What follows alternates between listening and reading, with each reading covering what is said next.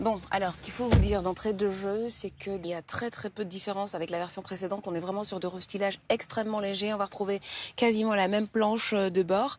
Les mêmes matériaux, ça reste du plastique de pas très bonne qualité, mais ça semble costaud et puis c'est plutôt bien assemblé. Donc voilà. J'aime bien les petites touches de rouge là au niveau des bouches d'aération. Ça rappelle un peu la couleur de la carrosserie. Le rouge, c'est très joli, j'aime bien. Le même volant avec les palettes et puis pas mal de boutons éparpillés un peu partout. Ça, par contre, je trouve que c'est pas très bien disposé. Quand vous commencez à mettre des boutons là entre les sièges, ça veut dire que vous êtes obligé de quitter la route des yeux pour faire du réglage. Et en mesure de prudence, je pense qu'il y a mieux. On n'a pas beaucoup de rangement. Là, il y a canette. Mais alors ici, il y a rien du tout. Donc voilà, vous avez intérêt à mettre les choses dans vos sacs parce que là, il n'y a pas de place. Toute petite boîte à gants. Et là, si, on a quand même de quoi mettre les lunettes. Voilà. Alors, nettement et clairement, le design a été préféré à l'habitabilité.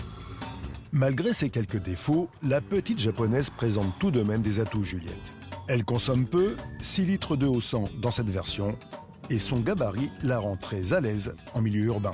Alors, en termes de motorisation, on est sur un gros 4 cylindres 2 litres essence qui développe 120 chevaux.